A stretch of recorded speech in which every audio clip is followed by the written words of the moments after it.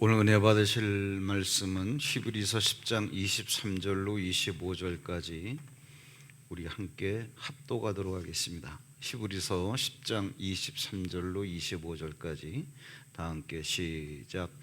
또 약속하신 이는 미쁘시니 우리가 믿는 도리에 소망을 움직이지 말며 굳게 잡고 서로 돌아보아 사랑과 선행을 격려하며 모이기를 패하는 어떤 사람들의 습관과 같이 하지 말고 오직 권하여 그날이 가까움을 볼수록 더욱 그리하자. 아멘. 할렐루야.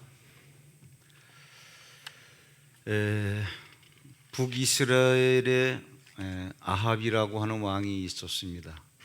그런데 그 왕이 예전에 자기의 영토였던 그 길르앗 라못이라고 하는 그 땅을 다시 되찾기를 원해서 전쟁을 일으키려고 해요.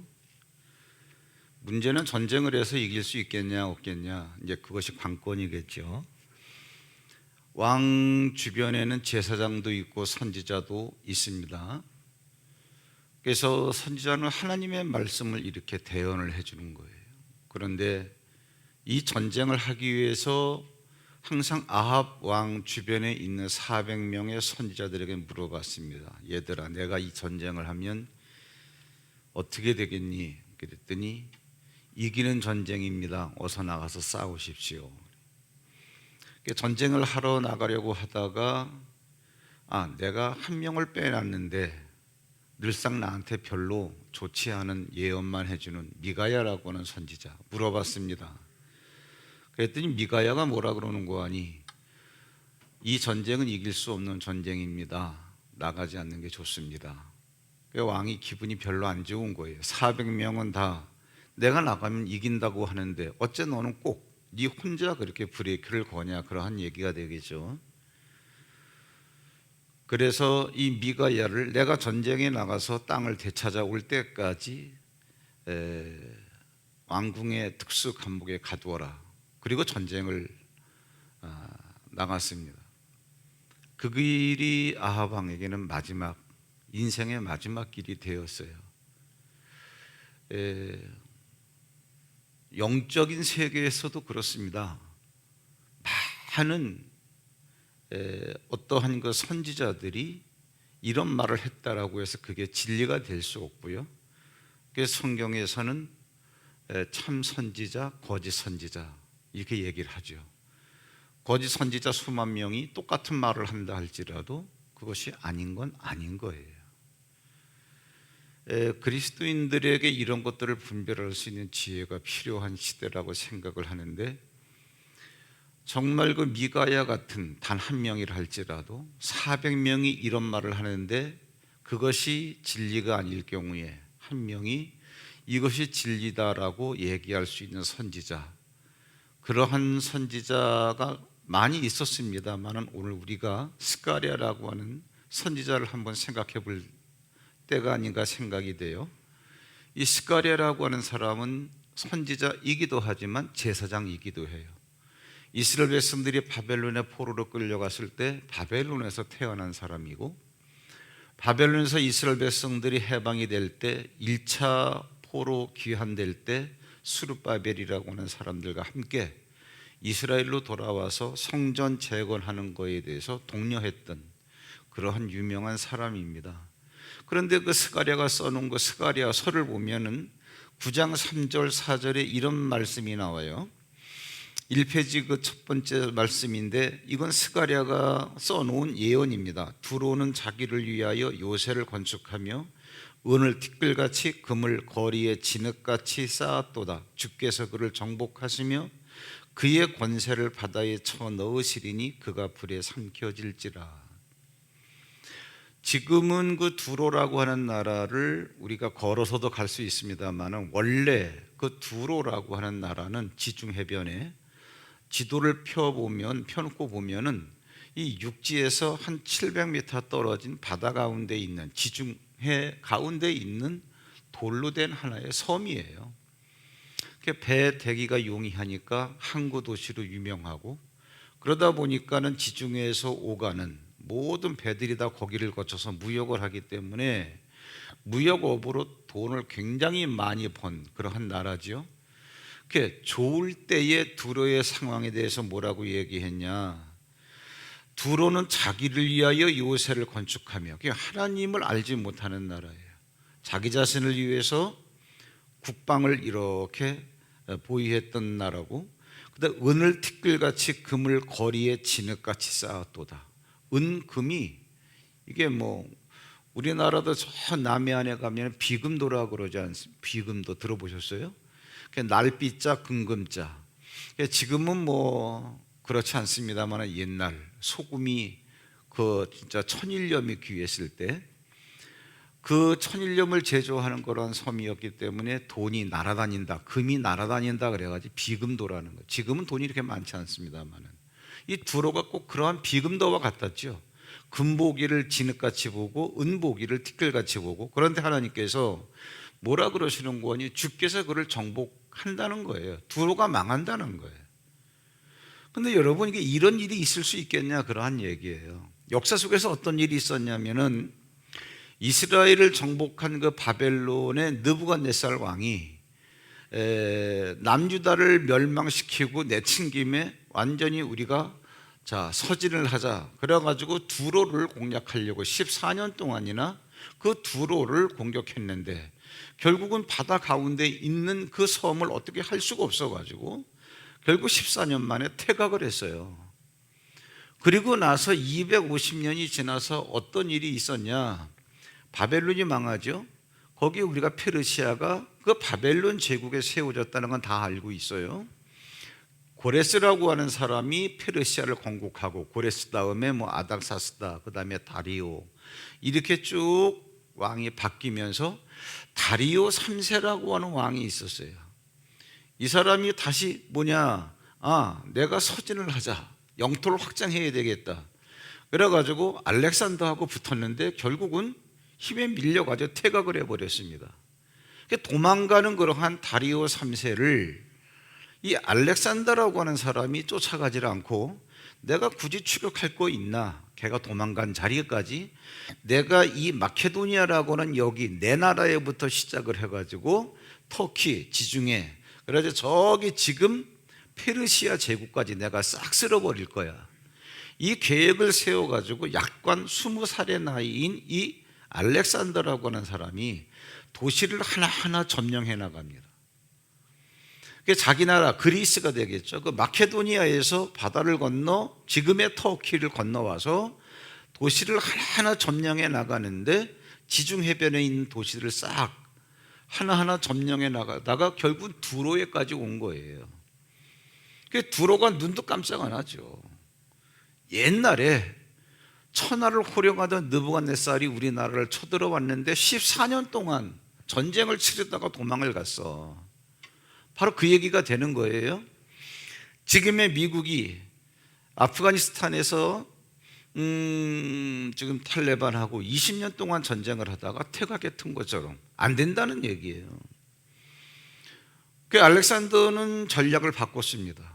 배를 타고 공격한 게 아니라 여기가 육지면 저기 700m 바닷 가운데 있는 그 두로까지 군인들을 시켜가지고 한 게 뭐냐? 야, 메꿔라. 그래, 바다를 메꿔버린 거예요. 군인들이 쳐들어갈 수 있는, 말마차 기병대가 갈 수 있는 그러한 좁은 그러한 하나의 폭 한 5, 6m 정도 폭에 그러한 돌을 갖다가 다 집어넣어가지고 굉장하죠. 그러니까 여러분, 이러한 전략을 나중에 로마에서도 배운 것 같아요. 마사다라고 하는 그 이스라엘에 가면은 거의 이것이 경사가 한 80도 되는 극경사, 그 위에 올라가면은 한 2,000평 정도 되는 평지가 있어요. 높이는 한 400~500m. 이거는 뭐 천연의 요새예요. 절대로 정복할 수 없는. 그게 마사다 전투로 유명하죠. 그래서 로마 군인이 쳐들어왔을 때 유대인 가운데서 마지막 항전하던 사람이 마사다로 도망을 갔습니다. 올라갈 수가 없는 거예요. 어떻게 올라가려고 그러면 미끄러지기도 하고, 또 길을 쓰고 올라가려고 위에서 또 돌 이렇게 해가지고 또 사람을 죽이고. 그때 유대인들도 독하지만 로마 군인들도 독하지요. 그게 어떻게 됐냐? 저 마사다 정상까지 올라갈 수 있도록 이 공성태를 쌓는 거예요. 언덕을 쌓는 거예요. 그리고 언덕이 완공된 다음에 집단으로다가 그냥 올라가서 결국은 마사다 전투에서 유대인들을 다 죽여버리죠. 사실은 유대인들을 죽인 게 아니라 올라가 보니까 유대인들이 다 이미 자결을 했어요. 아, 여기서 끝나는구나. 유대인도 독하지만 로마 군인도 독하고, 그러한 이해가 있었는데 훨씬 그 이전에 알렉산더라고 하는 사람이 바다를 메꾼 거예요. 그래서 두로를 갖다 완전히 없애버렸습니다. 3만 명을 노예에 끌어가 버리고 8천 명을 학살을 시키고. 그런데 이런 일이 있을 것이라고 제가 왜 이 말씀을 왜 드리느냐 하면은 누가 생각이나 했겠어요. 이런 일이 있을 수 있다라고 하는 것이. 여러분, 바벨론 그때 당시에 250년 전에 천하를 호령하던 그 제국이 14년 동안 그 두로를 멸망시키려고 해도 못했던 것을 약간 20살의 나이인 그 청년이 군인들을 끌고 가서 그걸 갖다가 해치운다. 상상이나 할 수 있겠어요? 그런데 두로가 그렇게 된다라고 이미 스가랴를 통해서 예언을 하신 거예요. 그러면 여기서 우리는 내용보다 더 중요한 게 뭐냐? 스가랴가 그것을 예언할 때 연대가 어떻게 되느냐? 주전 480년에서 470년 사이. 그러면 알렉산더가 군인을 이끌고 두로를 해치운 때가 언제냐? 주전 332년. 다시 말하자면 뭘 말씀드리려고 하느냐? 스가랴가 이것을 예언하고 150년 뒤에 성취가 됐는데, 이것이 성취가 될 때는 스가랴는 이미 이 세상 사람이 아니었겠죠. 하나님의 영감을 받아가지고 딱 얘기해놓고 스가랴는 인생을 다 끝냈는데 그가 생전에 예언했던 그 말씀이 성취가 되더라, 그러한 얘기예요. 스가랴가 이러한, 물론 예언가는 다 미래의 일을 얘기하기 때문에 다 대단하지만 오늘 이 시대 기독교인에게 정말 의미 있는 예언을 해준 사람이 누구냐 하면 구약 가운데서는 스가랴가 굉장히 탁월합니다. 이러한 예언을 했던 그 스가랴가 예수님이 이 땅에 처음으로 초림하실 때에 대해서도 예언을 하셨어요. 자, 이 페이지 맨 위에 보시면 나귀 새끼를 타시는 예수님에 대해서 예언을 했어요. 스가랴 9장 9절, 똑같이 이제 스가랴가 예언을 한 겁니다. 제가 읽어드릴게요. 시온에 따라 예루살렘에 따라 내 왕이 내게 임하시나니 그는 공의로 오시며 구원을 베푸시며 겸손하여서 나귀를 타시나니 나귀의 작은 것 곧 나귀의 새끼니라. 앞으로 오실 메시아가 나귀 새끼를 타고 예루살렘 성에 입성하신다는 거예요. 그 예언을 하고 이것이 BC 480년경에 예언된 거니까 480년 뒤에 예수님이 오시고 30년 뒤에 예수님께서 공생일 시작하실 때 나귀 새끼 타고 예루살렘에 들어가지 않았어요?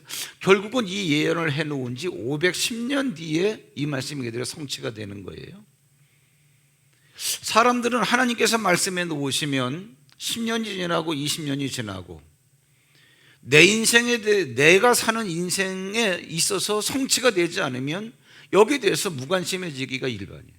그러나 여러분, 예수님이 이 땅에 오신다라고 하는 약속에 대해서는요, 아담이 선악과를 따먹었을 때부터 4,000년을 기다려왔던 말씀이고, 아브라함 때부터 아브라함의 후손들이 2200년을 기다려왔던 그 사건이에요. 하나님은 내가 메시아를 보내줄게. 하나님은 간단하게 말씀해 놓으셨어요. 보내준다니까 틀림없어. 메시아가 올 거야. 하나님은 거기에 대해서 그렇게 군더더기를 붙이지 않으셨어요. 사람들은 그 한마디 말을 듣고 오신다 그러는데 그것이 언제 오시는가? 자기 인생이 끝나도 오지를 않고 3대, 4대, 4대가 지나가도 오시질 않고, 그러다 보니까 사람들의 소망은 끊어지고, 그 모든 소망이 끊어졌을 때 이사야 53장에 보면 여기 써놓지 않았습니다마는 마른 줄기 같아서 이렇게 써놓은 이유도 있어요. 뭐냐? 풍년이 들어가지고 모든 초목들이 막 우거지는 게 아니라 가뭄이 들어가지고 땅이 쩍쩍 갈라지는데, 이것이 사람으로 비유한다면 모든 소망, 메시아에 대한 소망이 다 끊어졌을 때 땅이 쩍쩍 갈라진 그런 가운데서 마른 줄기같이 한 잎사귀 하나가 삐죽이 나오더라 그러한 얘기죠. 그래서 메시아라고 오신 그분은 풍채가 우람하고 로마 군인들 갖다 한 번에 해치울 수 있는 힘을 쓰시는 분이 아니라 외모도 그렇게 볼품이 없고 체구도 작고 외모로 봤을 때 어느 것 하나 기대할 수 없는 그분이 오신 거예요. 유대인들은 그러한 분이나마 그분이 오시기를 아담 때부터는 4,000년이 걸렸고 아브라함 때부터는 2200년이 걸린 거예요. 자, 이것을 이제 스가랴가 예언을 했고요. 스가랴가 또 예언한 게 뭐가 같은 스가랴서예요. 이제 우리가 그냥 쭉쭉 한번 보자고요. 어떤 예언을 했나? 이스라엘 백성들이 바벨론의 포로로 끌려갔다가 돌아왔는데 바벨론에서 자기들을 구원해 주신 하나님의 은혜를 망각하고 메시아를 어떻게 핍박했다 그러한 얘기예요. 메시아를 핍박한 결과 이스라엘이 얼마나 많은 고난을 겪나 역사 속에서 다 성취가 됐습니다. 심지어 그 메시아를 은 30에 팔아버릴 거다. 그리고 은 30, 예수님을 팔아버린 은 30을 토기장이에게 던져버릴 거다. 그 말씀이 그대로 성취가 됐어요. 가룟 유다가 은 30에 예수를 팔았습니다. 팔고 난 다음에 아하, 저분이 의인이었는데 저분이 메시아였는데 내가 잘못 생각해서 팔았구나. 그래서 나중에 회개하는 마음으로 은 30을 가지고 대제사장에게 갔다가 도로 주죠. 도로 받으세요. 그랬더니 한번 우리가 너한테 예수를 갖다가 네가 우리한테 팔았는데 끝난 거다. 그 돈을 안 받아요. 가룟 유다 가서 자살을 해버리죠. 그러니까 대제사장들이 야, 이러한 돈은 핏값이니까 성전의 헌금으로 받을 수가 없어. 그래가지고 토기장이의 밭을 사가지고 나그네에 그러한 쉼터로 사용하죠. 이것을 여러분 스가랴가 그대로 예언을 해놨습니다. 자, 한번 그 위에서 중간 조금 위에 스가랴 11장 12절 13절 그거 제가 한번 읽어 드릴 테니까 밑줄 근거의 역점을 한번 더 보세요. 내가 그들에게 이르되 너희가 좋게 여기거든 내 품삯을 내게 주고 그렇지 아니하거든 그만두라. 그들이 곧 은 30개를 달아서 내 품삯을 삼은지라. 예수의 몸값이 은 30이란 말이에요. 예수님의 은혜의 값을 따지면 무한대인데 어떻게 값을 매기겠어요?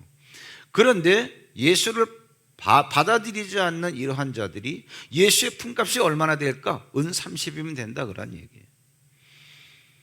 그러면서 여호와께서 내게 이르시되 그들이 나를 헤아린 바 그 삭슬 토기장에게 던지라 하시기로 내가 곧 그 은 30개를 여호와의 전에서 토기장에게 던지고 이 예언이 그들의 성취가 되죠. 자, 그러면 스가랴는 예언자인데 예수님이 이 땅에 처음으로 오실 거다. 여기에 대해서 예언한 게 우리가 역사 속에서 확인했던 그대로 다 성취가 됐어요.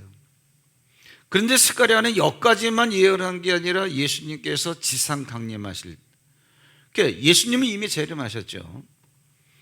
이미 성령 강림일 때, 성령 오실 때 예수님은 인자로 오셨지만 이제는 뭐예요? 그 신령한 몸 갖고 구원받은 자들과 함께 낙원에 계신 그분이 역사 마지막 때 모든 사람들 눈에 보일 수 있는, 그때 모든 사람들이라고 하는 것은 저희에게서 이제 뭐 그 아하 성경 거기 들어오시면 다 공부합니다만은 이 땅에 구원받지 못한 그 불신자들만 있을 때에 그 모든 사람들 눈에 보일 수 있게끔 낙원이라고 하는 영적인 공간은 시공에 제한을 받지 않으니까 공중에 떠 있을 수도 있고 그때는 이 지상으로 강림하신다 그러한 얘기예요. 거기에 대해서 예언을 해놓은 거예요.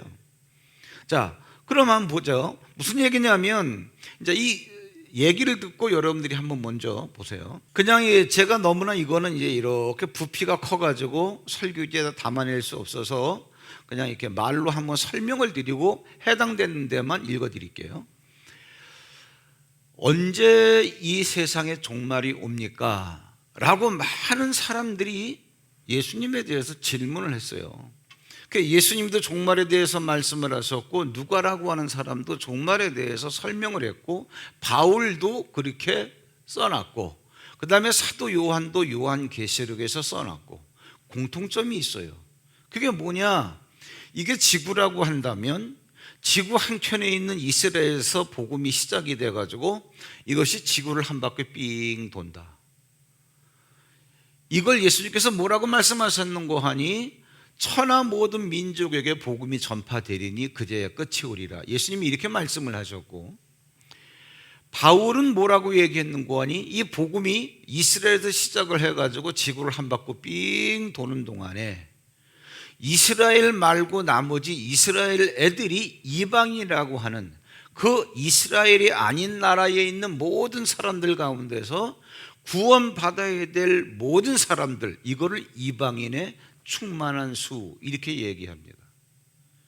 그 이방인의 충만한 수가 차기까지 이스라엘 사람들 가운데서 덜어는 완악해지고 마지막에 이방인들이 다 구원받을 사람들이 다 구원받아져서 그들이 다 이 땅에서 믿다가 인생이 끝나서 낙원에 들어가면 마지막이 오는데, 마지막이 오는 그때에 복음이 이스라엘로 확 들어가서 유대인 가운데서 14만 4천 명이 성령을 받는다.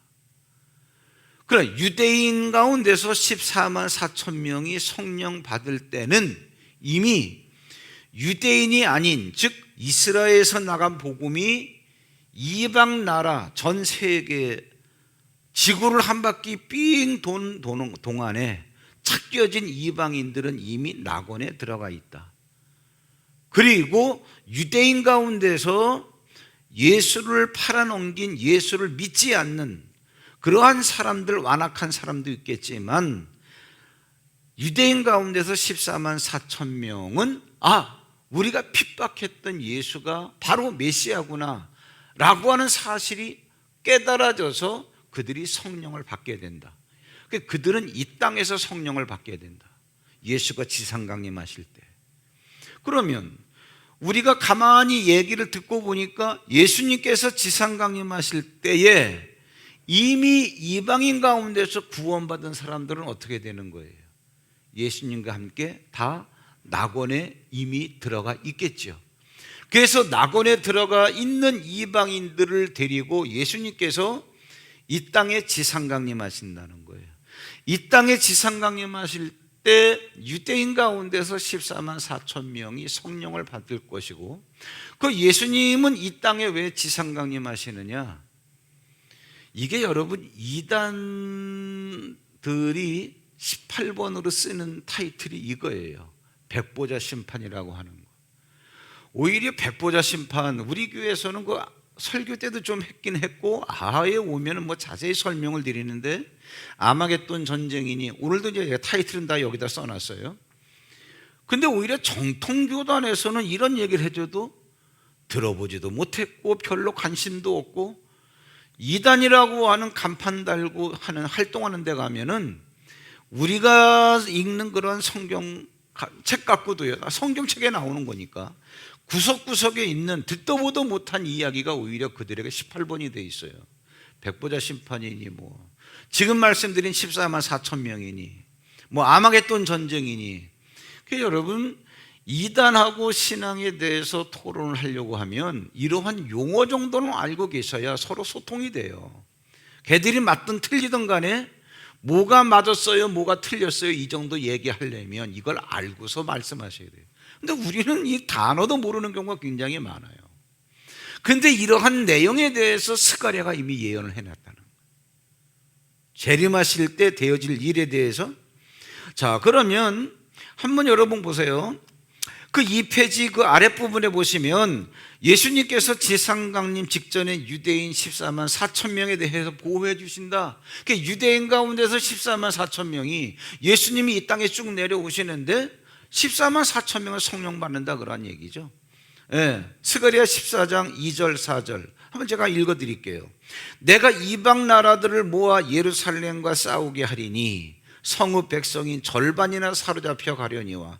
그러니까 뭐냐면은 예수를 핍박했던 이스라엘 백성들이 그 많은 순난을 겪는 거예요. 끌려가고 잡혀가고 죽고. 그렇지만 남은 백성이 누구예요? 이스라엘 가운데서 남은 백성은 성읍에서 끊어지지 아니하리라. 이게 14만 4천 명이에요. 그날에 그의 발이 예루살렘 앞 곧 동쪽 감람산에 서실 것이요. 그날에 그의 발이 뭐예요? 여호와의 발이. 이것을 요한계시록 14장 1절에 보니까 이런 얘기가 나오죠. 또 내가 보니 보라, 어린 양이 시온산에 섰고 그와 함께 14만 4천 명이 섰는데, 이게 유대인 가운데서 성령 받을 14만 4천 명을 얘기하는 거예요. 제가 이 말씀을 왜 드리느냐 하면, 여러분 보세요. 스가랴 스가랴 선지자가 예언을 하는데, 스가랴 선지자가 예언한 가운데 두로가 망한다. 누가 생각이나 했겠어요? 두로가 망했습니다. 예수님이 오신다. 누가 생각이나 했겠어요? 오실 거라고는 물론 창세기 때부터 여자의 후손에 대해서 약속을 하셨지만 너무나 지친 거예요.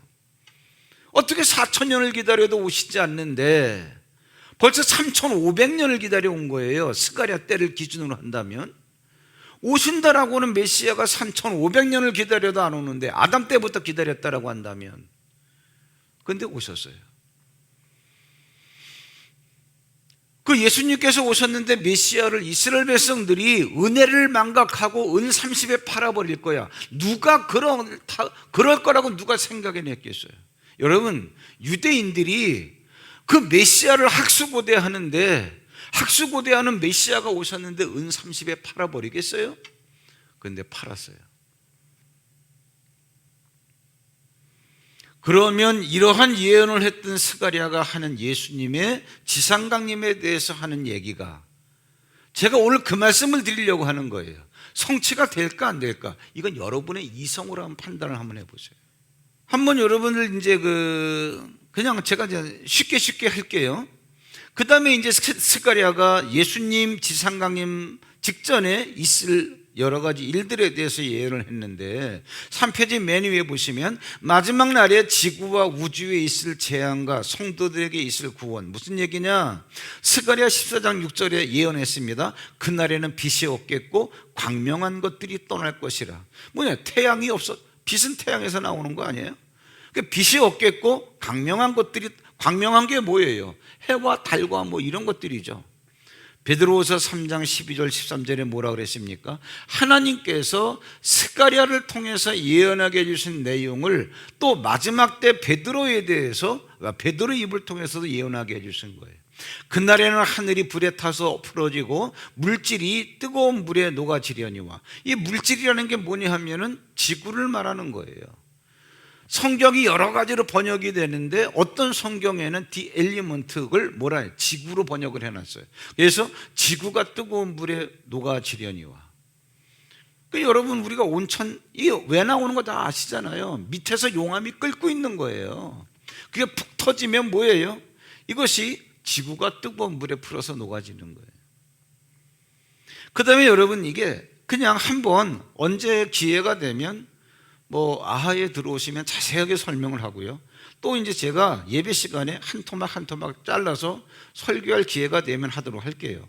세 번째는 뭐냐 하면은 백보자 심판 때에 있을 일들. 백보자 심판이 뭐냐 하면은 아까 말씀드린 대로 이미 구원받은 자들이 낙원에서 예수님과 함께 있는데, 예수님께서 이 지상강림 하셔가지고 이미 구원받은 자들을 함께 데리고 오셔서, 백보자가 뭐냐면 하얀 의자예요.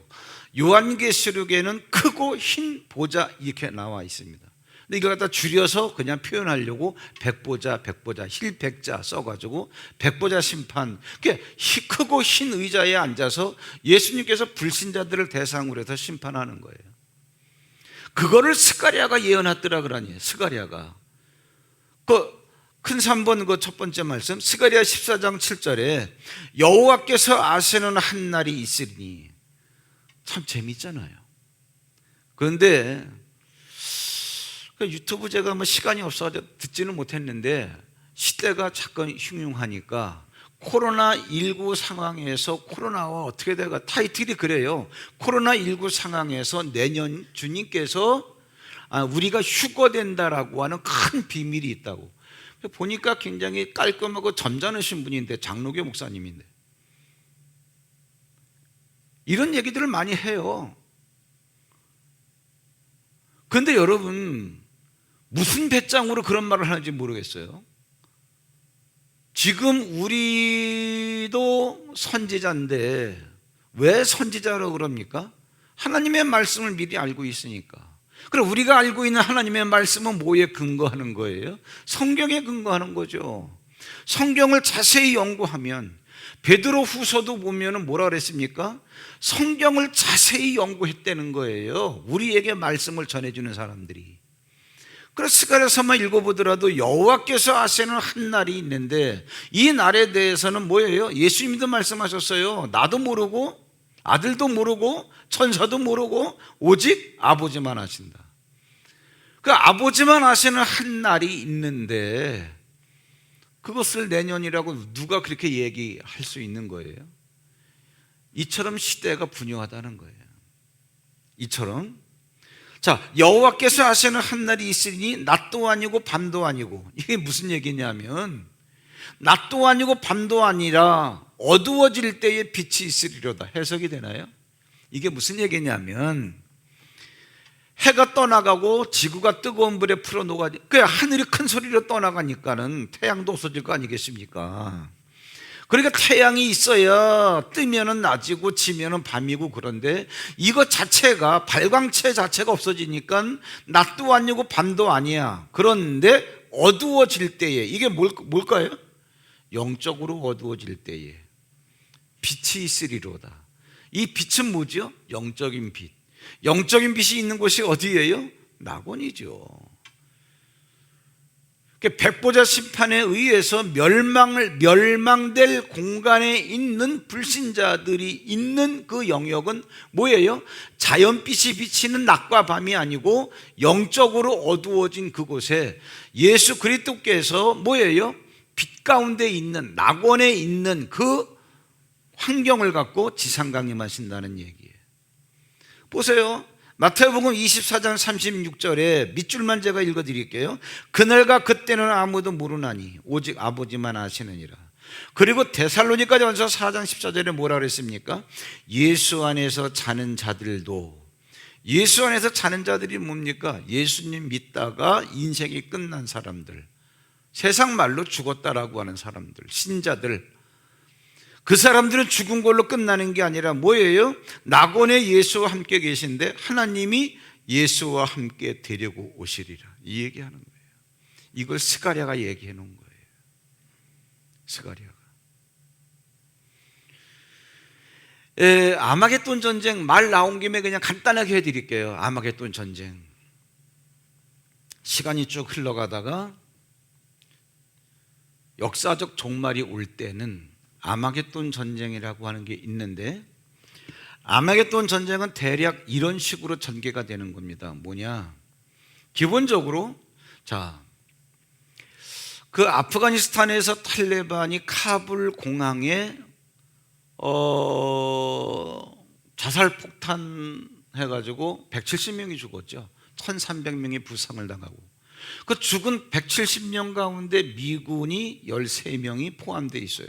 바이든 대통령이 반드시 그 폭탄 테러 한 사람을 색출해서 보복을 하겠다라고 얘기한 지 48시간이 채 안 돼가지고 어떻게 공격하신지 아십니까? 드론으로다가 쏜 거예요.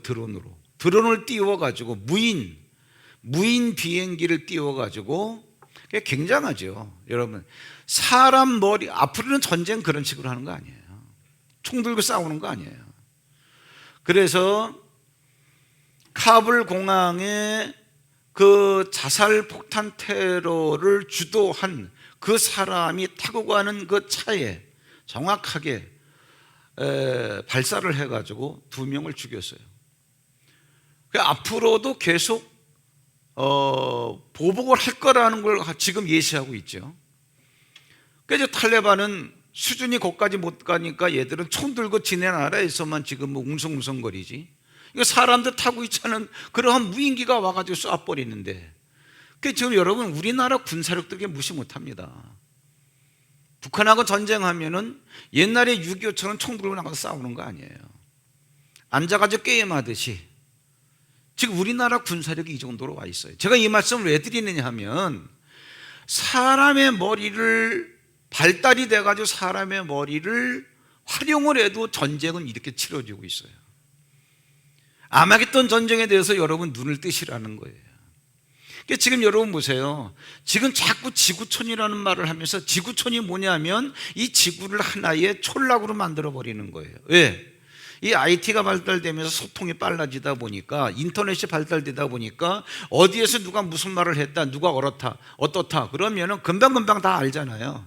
그러니까 소통이 활발하다 보니까 세상에서 현재 영향력을 미치는 세 그룹이 있어요.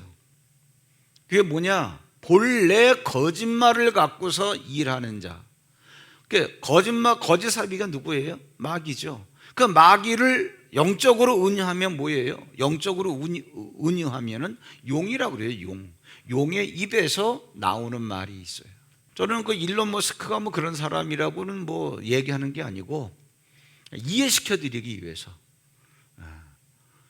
저도 그냥 재미로 일론 머스크 그 테슬라에서 만들었다라고 하는 사이버 트럭 그거 타보고 싶어가지고 10만 원 계약금 내면은 2년 뒤에 탁 차가 나온다 그래가지고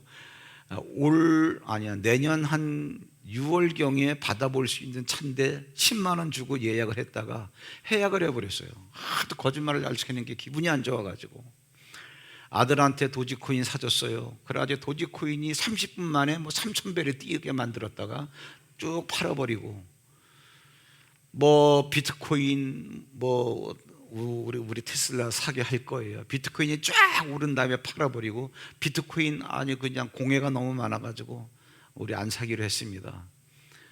쭉 떨어지니까 또 사들인 다음에 비트코인으로 결제할 수 있을 거예요. 또 쭉 올라가게 만들고.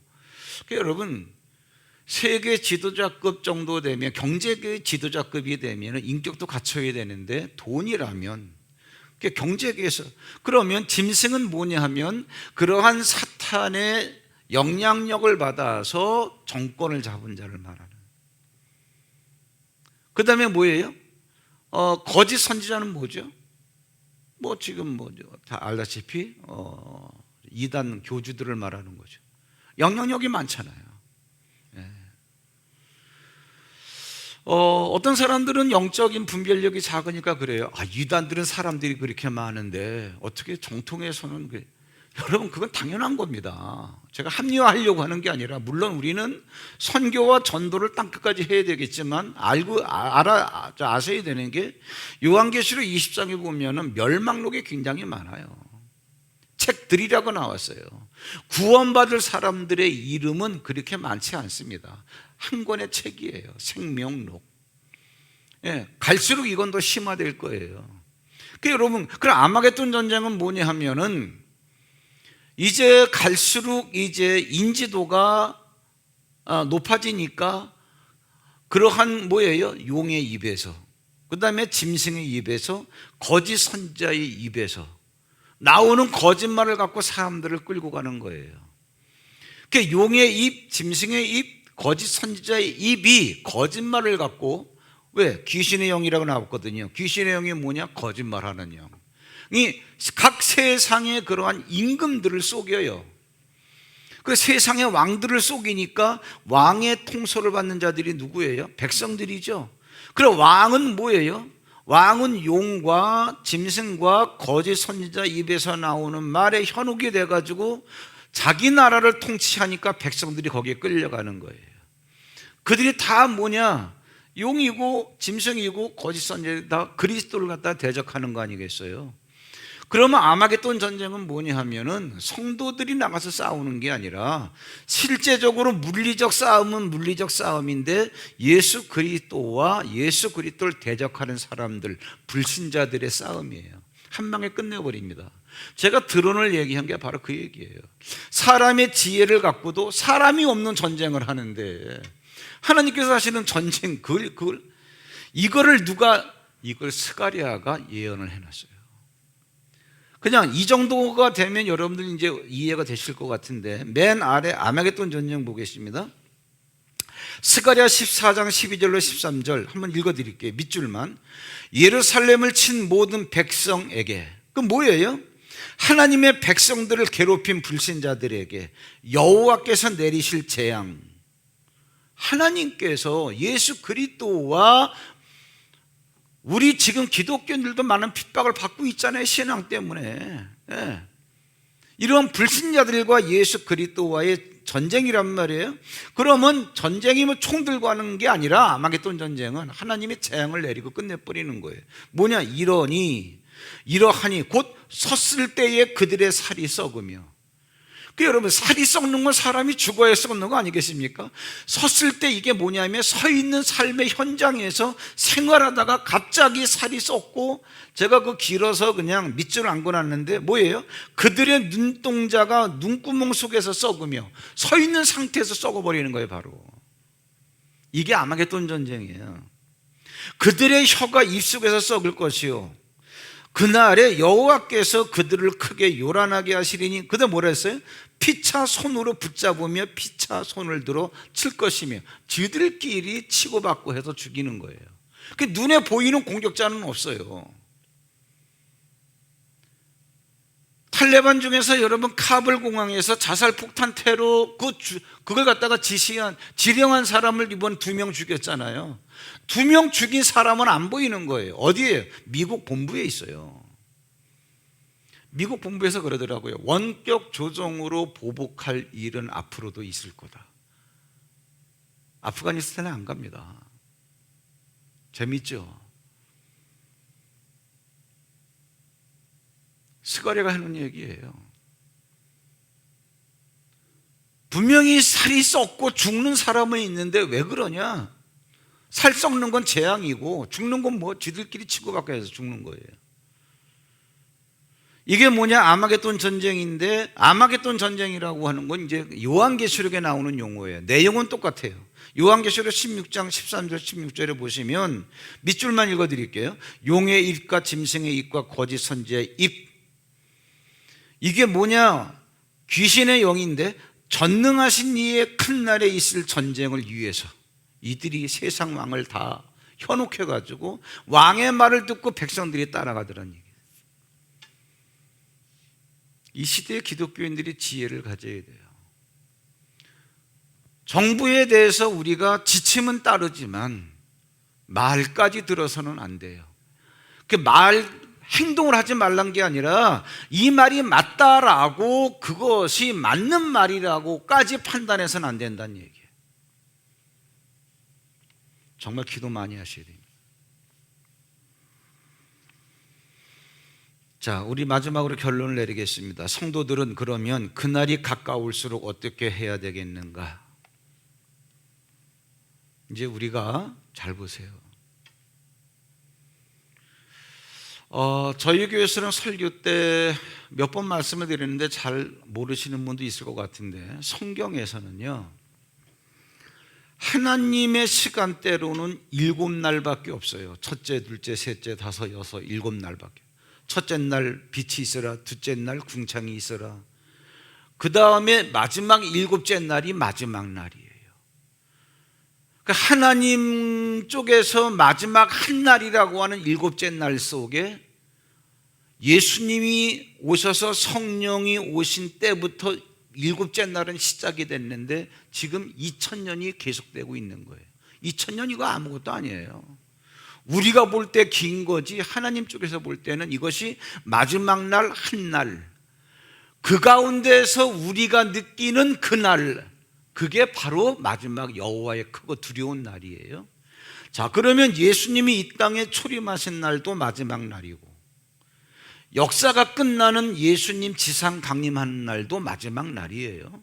사람들은 자꾸 이걸 갖다 이제 재림이라 그러는데, 예수님은 신령한 몸으로 이미 재림에 계시고 낙원에 계시잖아요. 우리가 있는 이 세상에. 그걸 베드로, 야고보, 요한이 봤잖아요. 마태복음 17장에 예수님하고 모세하고 엘리야 세 분이 변화산에서 얘기하는 걸 봤잖아요. 거기가 낙원이란 말이에요. 근데 그게 시간에 공간에 제한을 안 받으니까 어디 있다라고 얘기는 할 수 없는데, 나중에 때가 되면은 지상으로 오신다는 얘기죠. 이 정도 영적인 세계는 우리가 알고 있어야죠. 그런데 예수님이 이 하나님의 날에서 마지막 날이라고 하는 날, 예수님이 초림하셨을 때도 마지막 날, 2000년 전에 예수님이 오셔서 그 다음에 성령 받았을 때 초대교회 성도들은 지금처럼 이렇게 안 했어요. 그때도 엄청나게 어려웠었는데, 보세요 여러분, 그 4페이지 그 조금 중간 입부분에 가로 1번 마지막 날 예수님, 마지막 때에, 마지막 일곱째 날에 예수님 초림 때, 예수님 초림도 마지막 날이었죠. 하나님 쪽에서 볼 때는 성도들의 삶이 어땠냐? 날마다 마음을 같이 하여 성전에 모이기를 힘썼단 말이에요. 집집마다 돌아가면서 어떻게? 집에서 모여서 떡을 떼며 기쁨과 순전한 마음으로 음식을 같이 먹고, 자기 집 개방하고 같이 모이고. 그런데 같은 마지막 날이라 할지라도 예수님 재림할 때 우리에게 있어서 염려되는 게 있어요. 그게 뭐냐? 보세요. 그게 오늘 본문의 말씀입니다.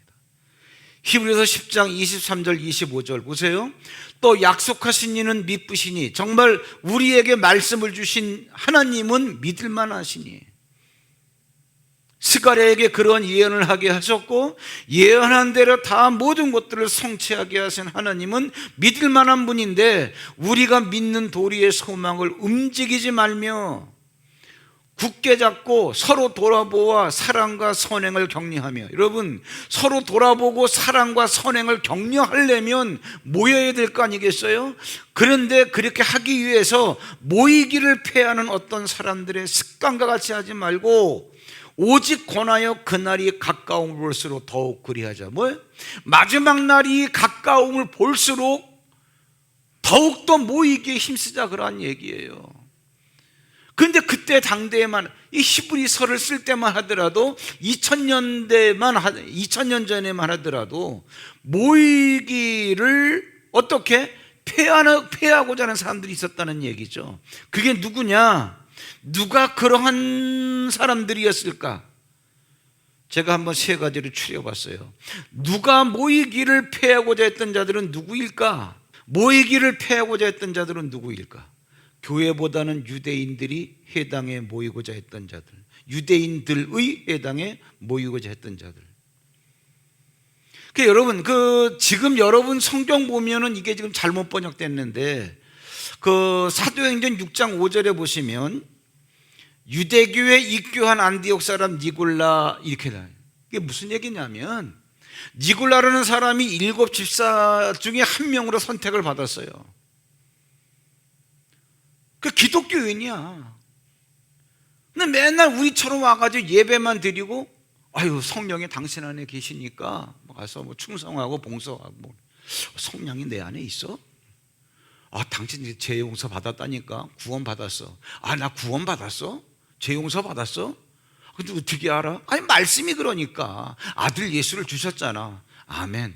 또 그러다가 아들이 또 내 안에 있어? 맨날 어떻게? 이 기독교는 어떻게 말로만 그래? 말씀으로만. 근데 유대교를 딱 보니까는 유대교가 하는 짓이 뭐예요? 자기 죄를 사함받기 위해서 제사를 드리는데 황소를 잡고 염소를 잡고. 여러분, 솔직히 한번 여러분 생각 한번 해보세요. 예수님이 여러분의 죄를 사해 주셨습니다 라고 목사가 설교하는 이 말씀 한마디와 여러분들 죄 탕감 받으려면 집에서 1000만 원씩 가지고 와. 1000만 원이 여러분 쉬운 돈 아니잖아요. 그런데 내 죄를 사해만 준다면, 나 천국만 간다면 1000만 원 가지고 와서 그 아끼던 돈을 1000만 원 딱 냈을 때 여러분의 기분이 어땠을까? 야, 나 1000만 원 딱 냈으니까, 이 금덩어리 이거 딱 냈으니까 나 죄 탕감 받았겠지? 속이 후련할 거 아니겠어요? 왜? 내게 딱 대가로 치러줬으니까. 근데 예수 그리스도의 보혈로 구원받았다 그러니까 말은 좋은데 공짜니까 이게 시답잖은 거예요.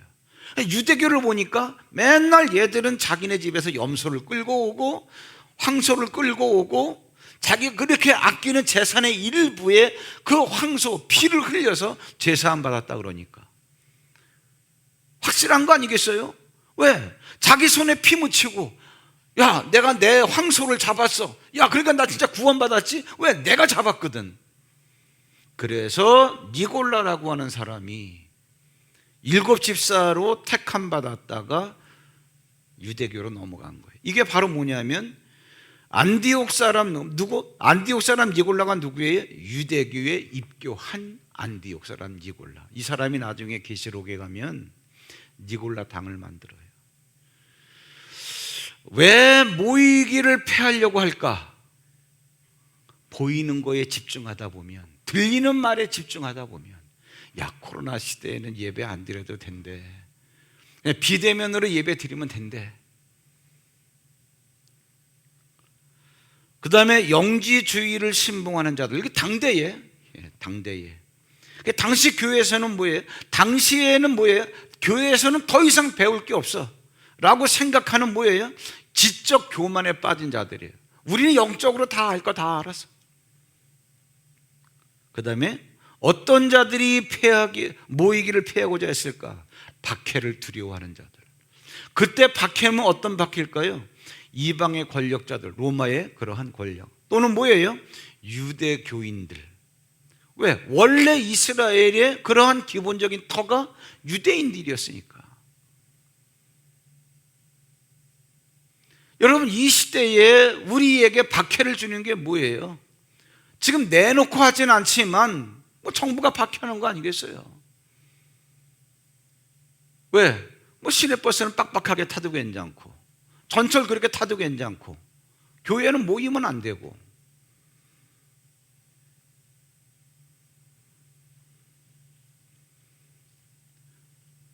그 유대 교도들로부터의 박해, 뭐 지금 뭐 다 종교의 자유가 있으니까 드러내놓고는 하진 않지만, 그 우리가 정상적 신앙생활을 한다는 것 때문에 받을 수 있는 불이익들, 이런 것들이 두려운 거예요. 지금 여러분 저희 교회 공간이 다 교회 와도 수용할 수 있거든요. 상당히 오랜 기간 동안 이제는 다 성이 젖은 것 같아요. 현장에 와서 예배 안 드려도, 그리고 코로나가 이 시대에 끼칠 그러한 영향이 얼만데 앞으로 교회가 모일 거라고 생각을 하세요? 젊은 사람들도 머리가 이렇게 돌아갑니다. 영지주의죠. 여러분, 오늘 우리가 읽은 이 히브리서 10장 23절 25절 뭐냐? 모이기를 폐하는 어떤 사람들의 습관과 같이 하지 말고 히브리인들에게 쓰는 편지. 히브리인이 어떤 의미인지 아세요? 굉장히 자랑스러운 이름입니다. 히브리인. 저는 진짜 여러분들이 히브리인이 되길 원해요. 히브리인 뜻이 뭔지 아세요? 강을 건너온 사람들. 강이 있습니다. 배를 타고 건너가요. 건너가기 위해서 배를 타고 딱 건너가서 딱 내린 다음에 밧줄을 끊어버립니다. 배는 떠내려갔어요. 다시 돌아갈 길이 없는 거예요. 뭐냐? 유대교, 원래 이스라엘은 유대교였으니까 예수가 오심으로 예수를 믿겠다라고 예수를 따라 나선 사람들 가운데서 예수 따라 나서면 신통방통할 줄 알았더니 맨날 말씀으로만, 말씀 공부만 하고, 근데 이렇게 유대교, 내가 옛날에 믿던 유대교를 보니까 염소 잡고 황소 잡고 아직도 그렇게 하는데 글로 갈까 말까 두 마음을 품은 자들에게 너희들이 누구야? 강 건너온 사람들 아니야? 이래서 그러한 자들에게 쓴 편지가 히브리서예요. 야, 이 시대적 상황이 그렇다라고 해서 왜 어떤 사람들처럼 모이기를 폐하려고 하느냐, 그러한 얘기예요. 여러분, 당연시하지 마십시오. 제가 그래서 아마 한 3주 전부터 선교회, 또래 선교회, 그래서 소집책 해가지고 회장이 뽑힌 데도 있고 아직은 안 뽑힌 데도 있는데, 전 이해를 할 수 있습니다만은 동조는 못하는 거예요. 이해는 한다는 거예요. 왜? 오랫동안 선교회를 안 해봤고 또 코로나19에서 모이지를 않아봤기 때문에 한번 이렇게 구성을 해가지고 소집책은 그냥 소집을 해가지고 연락해서 다 모인 다음에 거기서 회장도 뽑고 총무도 뽑을 수 있도록 그 일만 주선하시라는 거예요. 이건 만약도 아니고요, 필히 스가랴의 이야기처럼 하나님만 아시는 날에 우리가 지금 공부했던 것들이 우리의 현실로 딱 도래했을 경우에 모이기를 패하는 그러한 의식을 갖고 만약에 우리가 신앙생활을 한다, 선교에 모이세요. 그리고 회장 뽑으시고 총무 뽑으시고 서로가 서로를 격려하고 관심을 가지시고, 왜? 또 향후 제가 갖고 있는 계획, 세우고 있는 선교에 대한 계획은요, 옛날처럼 당신네들끼리 나이 비슷한 사람들끼리 한번 모여보세요, 그 정도가 아닙니다. 경조사도 그 그룹에서 챙겨야 되고요, 이제 목장에서 안 할 거예요. 어느 집에 초상 났습니다, 어느 집에 결혼합니다, 어느 집에 어떤 일이 있습니다, 이러한 모든 경조사를 선교회 회장하고 총무하고가 다 체크하고 연락하고 주선하고, 장례식에도 제가 바쁘면 그 해당되는 선교회 회장한테 선교회장님이 어떤 예배 좀 인도하시죠, 제가 임사도 맡길 거고. 여러분들은 애들이 아니거든요. 제가 이 말 한마디 하려고 스가랴가 그렇게 예언했던 게 허투루 보이느냐, 그러한 얘기예요. 야, 두로를 하나님께서 없애버리실 거야. 그 꿈 같은 얘기예요. 바벨론 제국이 세상을 쥐락펴락하던 그 바벨론 제국이 14년이나 공격했던 것도 못했는데 20살 된 약관의 나이 청년이 군대 몰고 와서 두로를 없애버려? 있을 법이나 하는 얘기예요? 되잖아요. 예수님 오신다 그러니까 오시잖아요. 그렇게 예언했던 사람이 같은 책에서 그 메시아가 지상 강림하신다, 상황까지 다 얘기하고 있잖아요. 그러니까 그러한 날이 가까움을 볼수록 모이기를 패하는 어떤 사람들의 습관과 같이 하지 말고 모여라. 너희들이 서로에게 관심이 없다라고 하는 것은 현혹되는 거란 얘기예요. 더군다나 코로나19를 핑계대지 말고. 여기에 스가랴의 이 예언에 대해서 눈을 뜨지 못하는 것은 굉장히 어리석은 겁니다. 오늘까지 여러분들이 다 소집책이 연락하셔서, 그리고 회원들이 도와주셔야 돼요. 소집책 혼자 하는 게 아니에요. 못해요. 그래서 모두가 다 다른 게 다들 어렵다 그래요. 여러분이 이제 그런 얘기를 하면 안 돼요. 어려운 건 현실이고 우리가 행해야 될, 행할 바, 그거는 그것과 관계없이 해나가야 돼요. 예, 말씀에 근거한 믿음 갖고 하는 거니까. 우리의 의식을 바꾸지 않는 한 주님께서 지상강림하셨을 때 뭐 성경에 보면 더 끔찍한 말씀도 많아요, 보시면. 예. 그래서 같은 믿음의 사람이라 할지라도 신자들에게는 부끄러움이 된다는 거예요. 진짜 오셨네, 오신다 그러더니 그러고만 있을 겁니까? 제가 정확한 설교를 한 거니까 말씀에 근거해서 여러분들이 이 말씀을 그대로 받아들이시면서, 이왕 또래 선교회로 묶어드렸으니까, 목장은 다음에 조금 텀을 두고 또 제가 말씀을 드릴 거예요. 묶어드렸으니까 서로가 서로에 대해서 관심을 갖고 만나서 밥이라도 한 끼 먹고 사랑과 선행을 격려하시고. 기도하겠습니다. 하나님 아버지, 그날이 가까움을 볼수록 우리가 어떻게 처신해야 되겠는지, 오늘 스가랴의 그 예언을 들으면서 히브리서에서 스가랴가 예언한 예수 그리스도의 지상 강림의 때가 가까운데, 가까움을 볼수록 우리가 모이기를 패하는 어떤 사람들의 습관과 같이 하지 말고 사랑과 선행을 격려하며 서로를 돌아보자. 우리가 믿는 도리의 소망을 움직이지 말며 굳게 잡고 예수 그리스도 중심으로 모이고 행동할 수 있는 하늘빛 교회 성도님들이 되게 하옵소서. 예수님의 이름으로 감사하고 기도하옵나이다. 아멘.